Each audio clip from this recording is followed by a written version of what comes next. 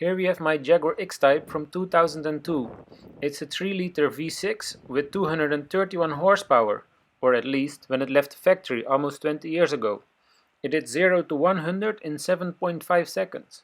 I'm not sure about those figures today, but I think it's still a fast car. Actually, let's find out.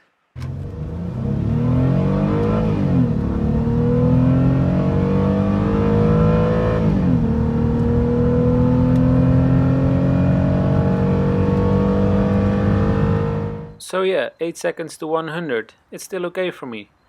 This car is painted in platinum silver and it is the executive model. Compared to the sports model, it has chrome trim levels and softer suspension. I bought this car for 500 euros, that's let's say 600 US dollar. Of course I spent some money on repairs and I bought tires, but overall I spent less than $1,000 for this car. I'm driving it more than half a year now and had no major problems. Now for a car in the $1,000 range, it actually has some nice specifications. It's quite luxurious inside. Yes. More luxurious than a Ford Mondeo, where people say this car is based on. Let's have a look inside.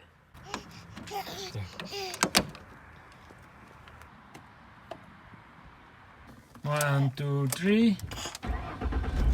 There. Broom broom. Now for an almost 20-year-old interior, it still looks clean to me, with the leather and the wood finishing. Let me show you some of the features of this car. We have automatic lights, so when it's dark the light will go automatically on. And it has xenon headlights, by the way. Automatic wipers. When it rains the wipers will go automatically on, which I will demonstrate you here.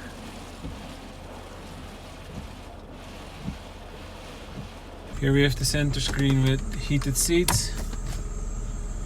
Yeah, the screen is all outdated now, it's useless, but you can put the big Jaguar logo, that's all. You have a cassette player, that's also useless. Aircon is nice. Heated front screen, heated rear screen. Those things are can come in easy. Here we have the cruise control. Here are the buttons to control the radio or your call. Talking about a call, now we go to the coolest feature of this car, especially for my son. The in-car telephone.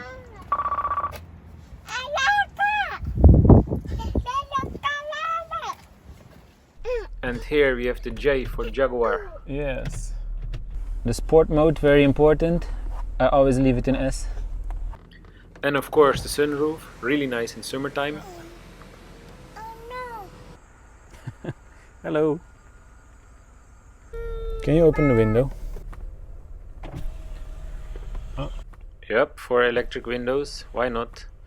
And here we have the electric seats. Not that I use it that often, but it's still nice.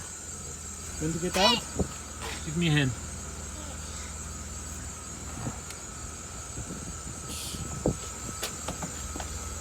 Can you tell me something about the car? He's looking for rust under the door sill. Does it need some repairs? And then the boot. It's big enough to fit a few people.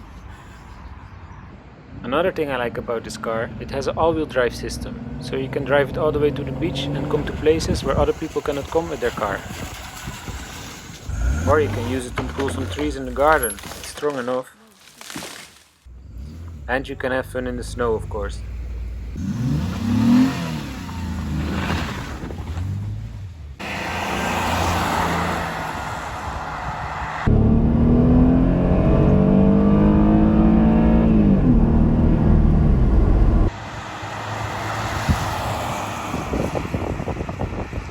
And then, if the car finally breaks down, we hardly lose any money, because we didn't pay too much for it after all.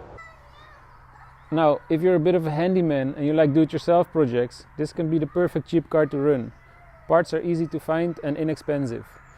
But if you're not a do-it-yourselfer and you have to bring it to the dealer all the time, it might not be worth it. It can be quite expensive. There's always something that breaks down on this car. But that's what's keeping me busy.